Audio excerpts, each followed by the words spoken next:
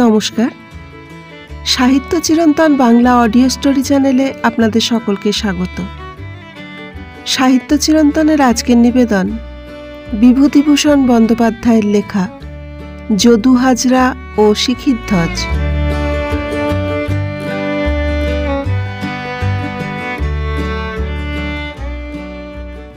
আপনারা একালে যদু হাজরার নাম বোধহয় অনেকেই শোনেননি।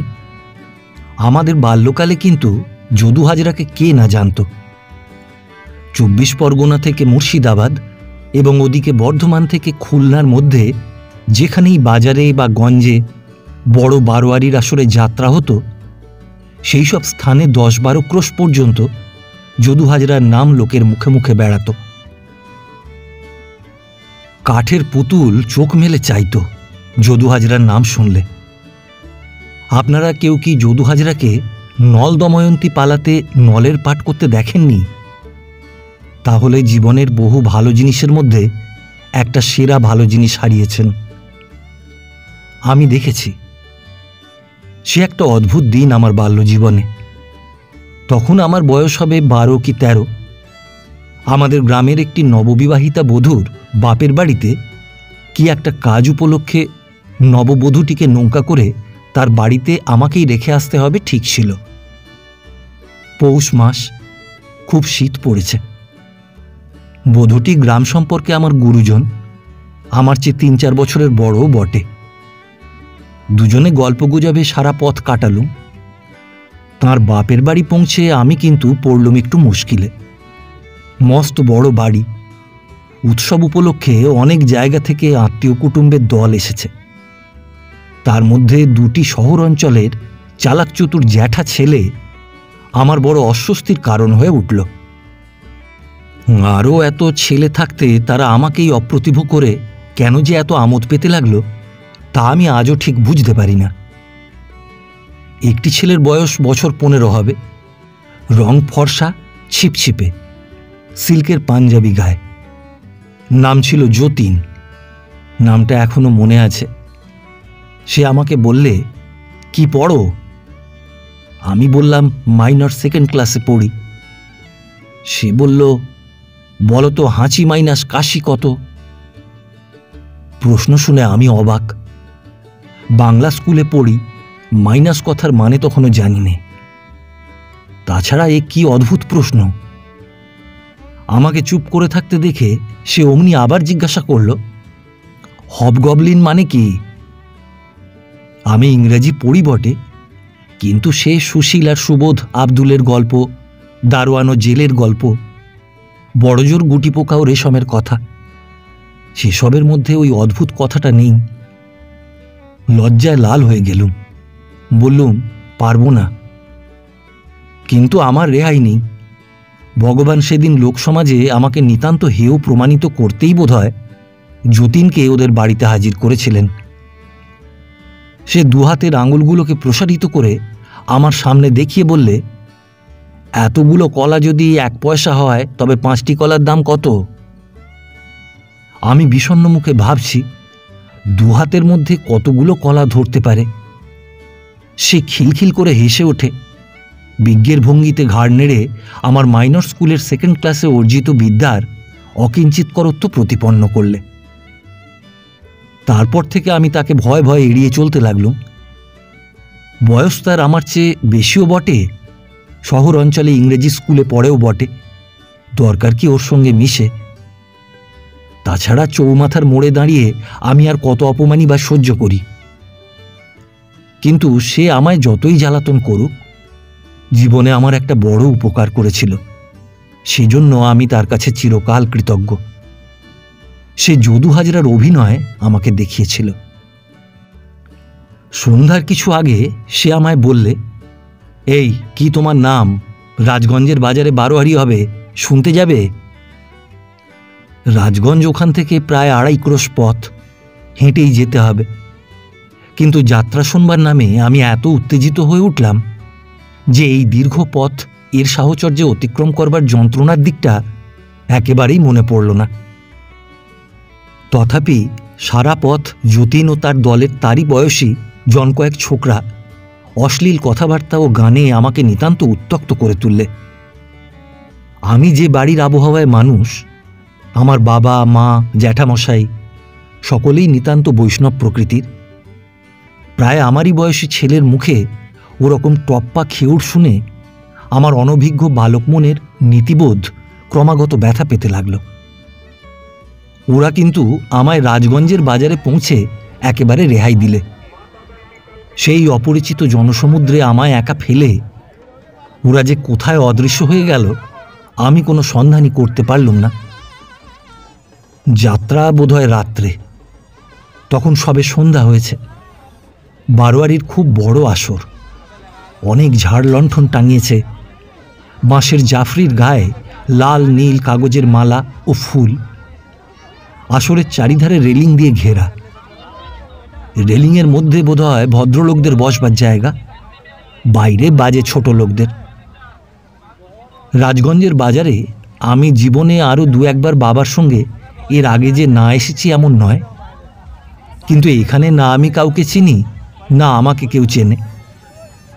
রেলিংয়ের ভেতরে জায়গা আমার মতো ছোট ছেলেকে কেউ দিলে না। আমিও সাহস করে তার মধ্যে ঢুকতে পারলুম না। বাইরে বাজে লোকেদের ভিড়ের মধ্যে ঠেসাঠেসি করে ইঁট পেতে বসতে গেলুম, তাতেও নিস্তার নেই। বারোয়ারির মুরব্বী পক্ষের লোকেরা এসে আমাদের সে জায়গা থেকে উঠিয়ে দিয়ে সেখানে বিশিষ্ট লোকেদের জন্য বেঞ্চি আনিয়ে পাতিয়ে দেয়।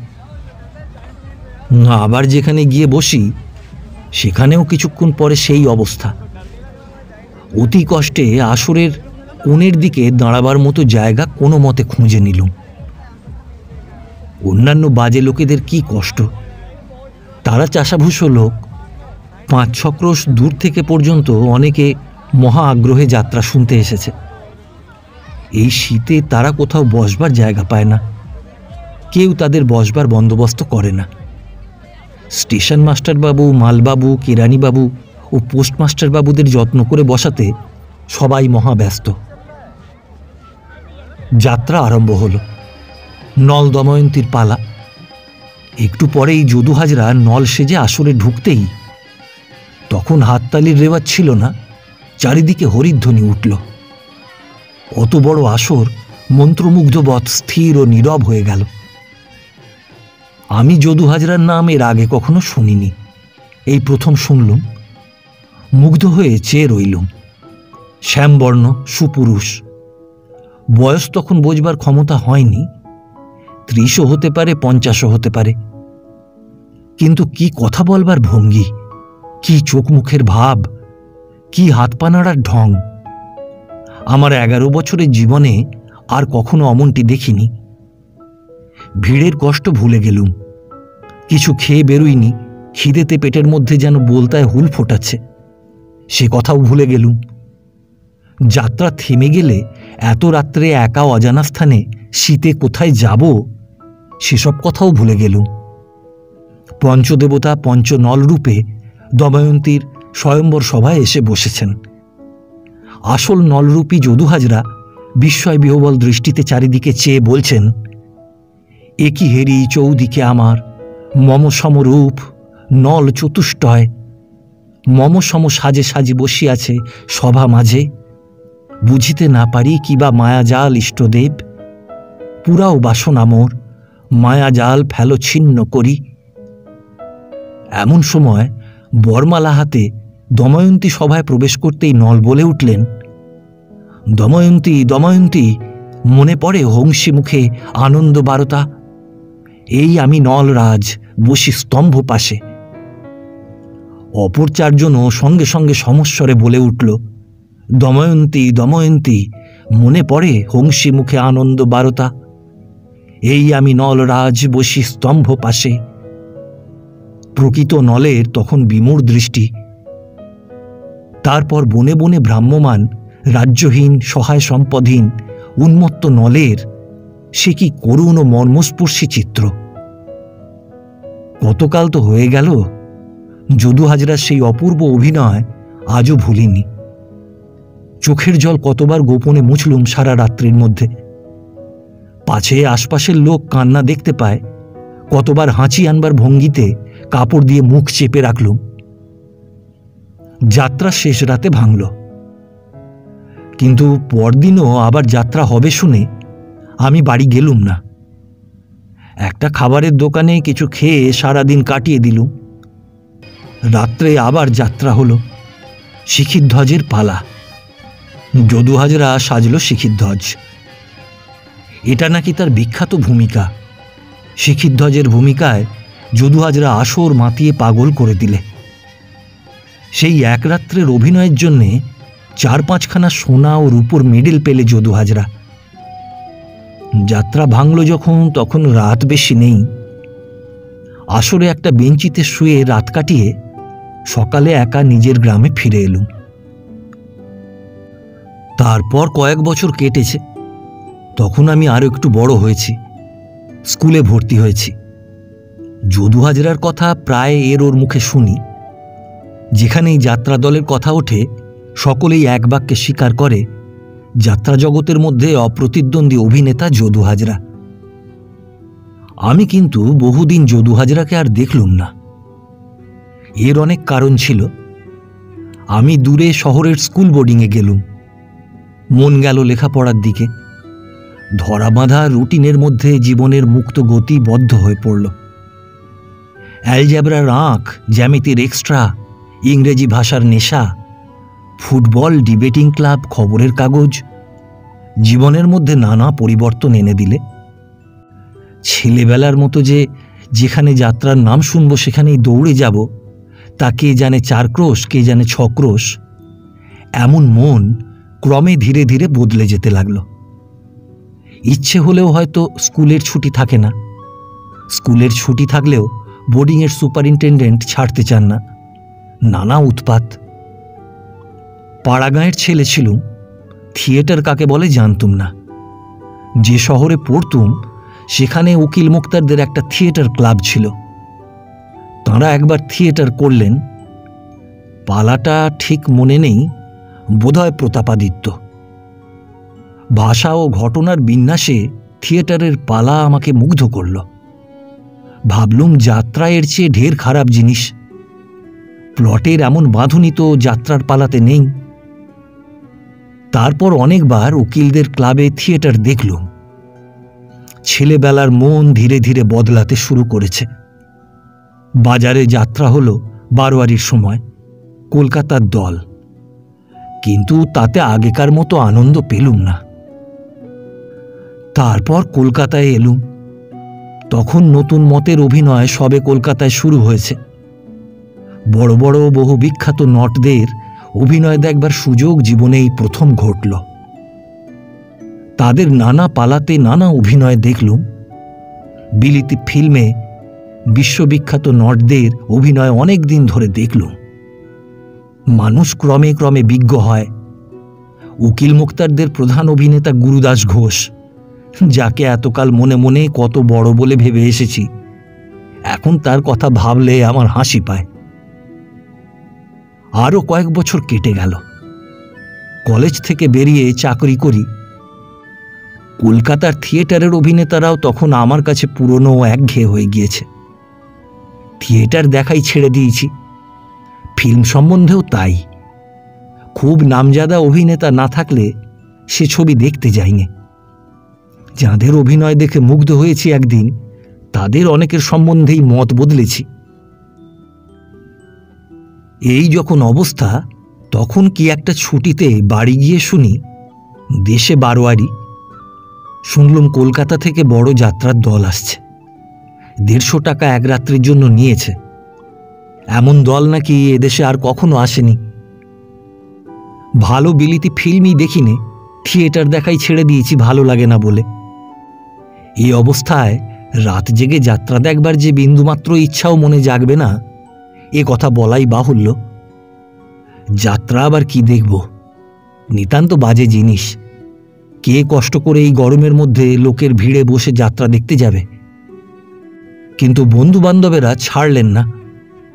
বারোয়ারির কর্তৃপক্ষেরা বিশেষ অনুরোধ করে গেলেন আমার যাওয়া চাই। কি করি, ভদ্রতা বলেও তো একটা ব্যাপার আছে। খানিকটা দেখে না হয় উঠে এলেই চলবে।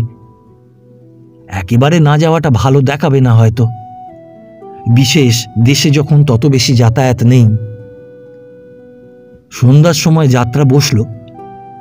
যাত্রা জিনিসটা দেখিনি অনেক কাল, দেখে বুঝলুম সেকালের যাত্রা আর নেই।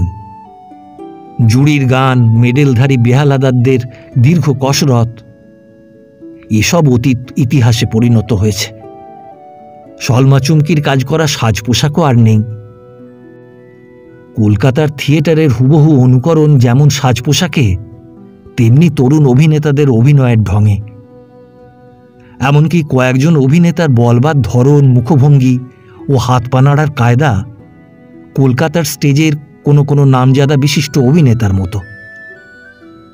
দেখলুম আসরে শ্রোতাদের দলের মধ্যে যারা তরুণ বয়স্ক, তাদের কাছে এরা পেলে ঘন ঘন হাততালি। কেউ কেউ বললে, ওহ কি চমৎকার নকলই করেছে কলকাতার স্টেজের অমুককে, বাস্তবিক দেখবার জিনিস বটে। এমন সময় আসরে ঢুকলো একজন মোটা ও কালো বেঁটে লোক। কিসের পাটে তা আমার মনে নেই। লোকটির বয়স 60-এর ওপর হবে, তবে স্বাস্থ্যটা ভালো। কেউ তার বেলা একটা হাততালিও দিলে না, যদিও সে দর্শকদের খুশি করবার জন্য অনেক রকম মুখভঙ্গি করলে, অনেক হাত পা নাড়লে। আমার সঙ্গে একদল স্কুলের ছেলে বসেছিল, তাদের মধ্যে একজন বলে উঠল, এই বুড়োটাকে আবার কোথা থেকে জুটিয়েছে, দেখতে যেন একটা পিপে, অ্যাক্টিং করছে দেখ না, ঠিক যেন সং। পাশের আরেকজন প্রৌঢ় ভদ্রলোক বললেন, ও এককালে খুব নামজাদা অ্যাক্টর ছিল হে, তখন তোমরা জন্মাওনি, ওর নাম যদু হাজরা। আমি হঠাৎ ভদ্রলোকের মুখের দিকে চাইলুম, তারপর একবার বৃদ্ধ অভিনেতাটির দিকে চাইলুম। বাল্যদিনের একটা ঘটনা আমার মনে পড়ে গেল। সেই কনকনে শীতের রাত্রি, সেই শহুরে ডেপো ছেলেদের সঙ্গ, সেই তারা আমাকে ফেলে কোথায় পালালো। তারপর বাড়ি থেকে অনেক দূর এক অপরিচিত গঞ্জের বারোয়ারি আসরে ময়রার দোকানে খাবার খেয়ে আমার সেই একা বিদেশে দুদিন কাটানো। সে রাত্রে যার অভিনয় দেখে আমার বালক মন মুগ্ধ, বিস্মিত, উত্তেজিত হয়ে উঠেছিল, সেই যদু হাজরা এই। একসময় তার যে ধরনের মুখভঙ্গি দেখে ও কথাবার্তার উচ্চারণ শুনে দর্শকেরা আনন্দে উন্মত্ত হয়ে উঠত, আজও যদু হাজরা সেই সব হুবহু করে যাচ্ছে আমার চোখের সামনে। অথচ দর্শকেরা খুশি নয় কেন? খুশি তো দূরের কথা, তাদের মধ্যে অনেকে ব্যঙ্গ বিদ্রুপ করছে কেন? বসে বসে এই কথাটাই ভাবলুম। মন যেন কেমন বিষণ্ণ হয়ে উঠল। অপর লোকের কথা কি, আমারই তো যদু হাজরার হাবভাব হাস্যকর ঠেকছে। কেন এমন হয়? বাল্যদিনের সেই যাত্রার আসরে একে আমি দেখেছিলুম, এর সেই অভিনয় এখনো স্পষ্ট মনে আছে। বিশ্বাসঘাতক সেনাপতির সঙ্গে রাজার কনিষ্ঠ পত্নী ভ্রষ্টা। রাজা একদিন দুজনকে নির্জনে প্রেমালাপে নিমগ্ন দেখতে পেয়ে স্তম্ভিত হয়ে গেলেন। কি ভেবে বললেন, মধুছন্দা, আমি প্রৌঢ়, তুমি তরুণী, এই বয়সে তোমায় বিবাহ করে ভুল করেছি। তোমায় আমি এখনো ভালোবাসি, প্রাণে মারব না। তোমরা দুজনে আমার চোখের সামনে প্রেমিক প্রেমিকার মতো হাত ধরাধরি করে চলে যাও, কিন্তু আমার রাজ্যের বাইরে আর কখনো তোমাদের মুখ না দেখি। ওরা ধরা পড়ে দুজনে ভয় ও লজ্জায় সংকুচিত হয়ে পড়েছে। রাজার সামনে এ কাজ কেমন করে করবে? হাত ধরাধরি করে কেমন করে যাবে?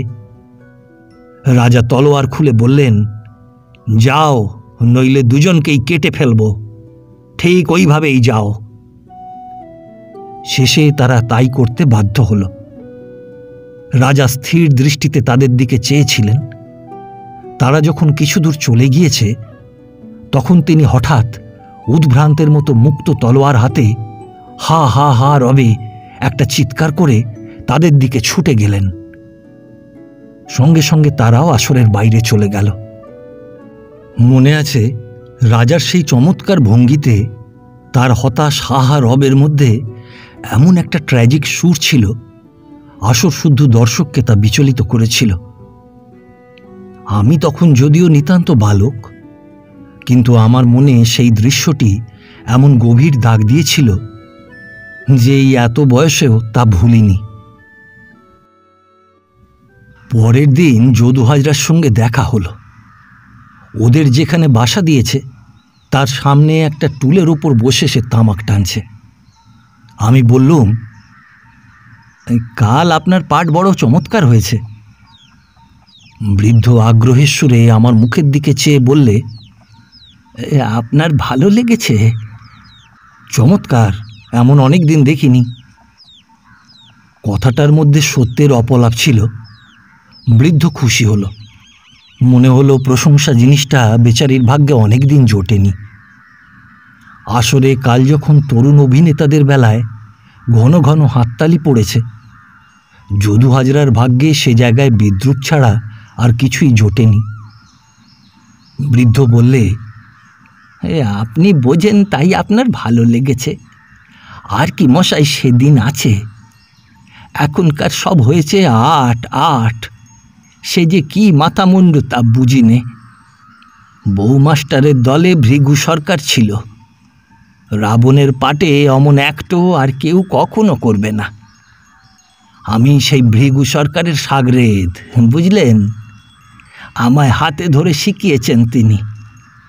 মরবার সময় আমার হাত ধরে বলে গেলেন, যদু, তোমায় যা দিয়ে গেলাম তোমার জীবনে আর ভাবনা থাকবে না। আমি বললুম, এ বয়সে আপনি আর চাকরি করেন কেন? না করে কি করি বলুন। বড় ছেলেটি উপযুক্ত হয়েছিল, আজ বছর 2 হলো কলেরা হয়ে মারা গেল। তার সংসার আমারই ওপর। নাতনিটির বিয়ে দিতে হবে আর কিছুদিন পরেই। পয়সা আগে যা রোজগার করেছি হাতে রাখতে পারিনি। এখন আর তেমন মাইনেও পাইনি। 150 টাকা পর্যন্ত মাইনে পেয়েছি এক সময়। আমার জন্যে অধিকারী আলাদা দুধ বন্দোবস্ত করে দিয়েছিল, ওই যখন ভূষণ দাসের দলে থাকতাম। এখন পাই 35 টাকা মাইনে। আর ওই সতীশ বলে ওই যে ছোকরা কাল রামের পাঠ করলে, সে পায় 80 টাকা। ওরা নাকি 8 জানে। আপনি বলুন তো, কাল ওর পাঠ ভালো লাগলো আপনার, না আমার পাঠ ভালো লাগলো?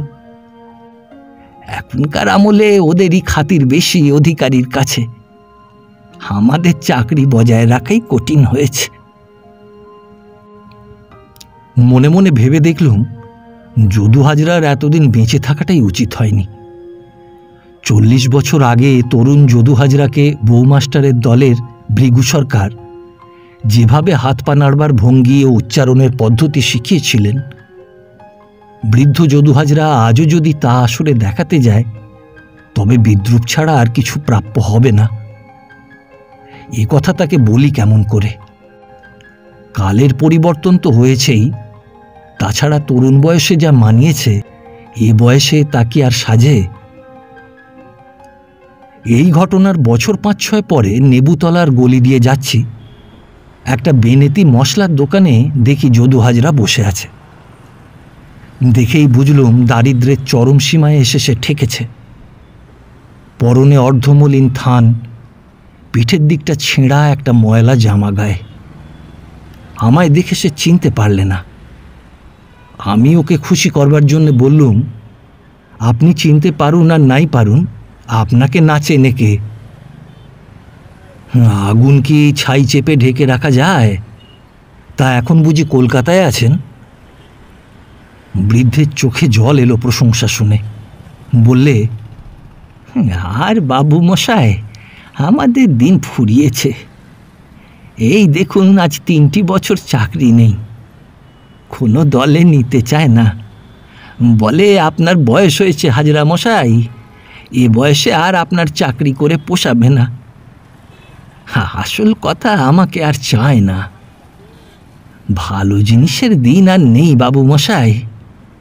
এখনকার কালে হয়েছে সব মেকি। মেকির আদর এখন খাঁটি জিনিসের চেয়ে বেশি। আমার গুরু ছিলেন বউমাস্টারের দলের ভৃগু সরকার। আজকালকার কোন বেটা একটার ভৃগু সরকারের পায়ের ধুলো জুগিয়ে আছে? রাই উন্মাদিনী পালায় আয়ান ঘোষের পাটে যে একবার ভৃগু সরকারকে দেখেছে। আরও বার কয়েক প্রশংসা করে এই ভগ্ন হৃদয় বৃদ্ধ নটকে শান্ত করলুম। জিজ্ঞাসা করে ক্রমশ জানলুম এই মশলার দোকানই বৃদ্ধের বর্তমান আশ্রয়স্থল। কাছেই গলির মধ্যে কোন ঠাকুর বাড়িতে একবেলা খেতে দেয়, রাত্রে এই দোকানটাতে শুয়ে থাকে। দোকানের মালিক বোধহয় ওর জানাশোনা। কার্যোপলক্ষে গলিটা দিয়ে প্রতিদিনই যাতায়াত করি, আর ফেরবার সময় যদু হাজরার সঙ্গে একটু গল্প গুজব করি। একদিন বৃদ্ধ বললে, বাবু মশাই, একটা কথা বলবো? একদিন একটু মাংস খাওয়াবেন, কতকাল খাইনি। একটা ভালো রেস্টুরেন্টে নিয়ে গিয়ে খাওয়ালুম। ওর খাওয়ার ভঙ্গি দেখে মনে হলো বৃদ্ধ কতদিন ভালো জিনিস খেতে পায়নি। তারপর দুজনে একটা পার্কে গিয়ে বসলাম। রাত তখন 9টা বেজে গেছে। শীতকাল, অনেকে পার্ক থেকে চলে গিয়েছে। একটা বেঞ্চে বসে বৃদ্ধ নিজের সম্বন্ধে কত কথাই বললে। কোন জমিদার কবে তাকে আদর করে ডেকে নিজের হাতে সোনার মেডেল পরিয়ে দিয়েছিলেন, তার অভিনয় দেখে কবে কোন মেয়ে তার প্রেমে পড়েছিল, হাতিবাঁধার রাজা নিজের গায়ের শাল ওর গায়ে জড়িয়ে দিয়েছিলেন। বলতে বলতে মাঝে মাঝে যেন অন্যমনস্ক হয়ে পড়ছে। 25 বছর আগের কোন তরুণী প্রেমিকের হাসিমাখা চাহনি ওর আবেশমধুর যৌবন দিনগুলির উপর স্পর্শ রেখে গিয়েছে কে জানে। সেই সব দিন, সেই সব বিস্মৃত প্রায় মুখ ও মনে আনবার চেষ্টা করছিল কিনা। আমি কিছুক্ষণ চুপ করে থেকে বললুম, ওই শিখির ধ্বজ আর মধুছন্দার সেই অভিনয় আমার বড় ভালো লাগে। সেই যখন রাজা বললেন, তোমরা প্রেমিক প্রেমিকার মতো হাত ধরাধরি করে চলে যাও, সেই জায়গাটা এখনো ভুলিনি। বৃদ্ধ নট সোজা হয়ে বসল। তার চোখে যৌবনকালের সেই হারানো দীপ্তি যেন ফিরে এলো। বললে, ও সে কতকালের কথা যে, ও পালা গিয়েছি প্রসন্ন নিয়োগীর দলে থাকতে। দেখবেন, করে দেখাবো। আমি উৎসাহের সঙ্গে বললুম, মনে আছে আপনার? দেখান না। ভাগ্যে পার্কে তখন বিশেষ কেউ ছিল না। বৃদ্ধ উঠে দাঁড়ালো। আমি হলুম মধুছন্দা। ও নিজের পাঠ বলে যেতে লাগলো। দেখলুম কিছুই ভোলেনি। শেষে আমার দিকে ফিরে জলদগম্ভীর সুরে বললে, যাও মধুছন্দা, তোমরা দুজনে প্রেমিক প্রেমিকার মতো হাত ধরাধরি করে চলে যাও। তারপর আমি কয়েক পা এগিয়ে যেতেই বৃদ্ধ তার সেই পুরনো ট্র্যাজিক সুরে হা হা হা হা করে আমার দিকে উদ্ভ্রান্তের মতো ছুটে এলো। সত্যি কি অপূর্ব সে সুর, কি অপূর্ব ভঙ্গি! ভগ্ন হৃদয় বৃদ্ধ নট তার জীবনের সমস্ত ট্র্যাজেডি ওর মধ্যে ঢেলে দিলে। যেন সত্যি ও ভগ্ন হৃদয় প্রৌঢ় রাজা শিখিধ্বজ। অবিশ্বাসিনী মধুছন্দা ওকে উপেক্ষা করে তার তরুণ প্রেমিকের সঙ্গে হাত ধরাধরি করে চলে গেল। অল্প কয়েক মুহূর্তের জন্যে বৃদ্ধ যদু হাজরা 30 বছর আগেকার তরুণ নট যদু হাজরাকেও ছাড়িয়ে গেল। এই যদু হাজরার শেষ অভিনয়। এর মাসখানেক পরে একদিন নেবুতলায় সেই মশলার দোকানটিতে খোঁজ করতে গিয়ে শুনলুম সে মারা গেছে।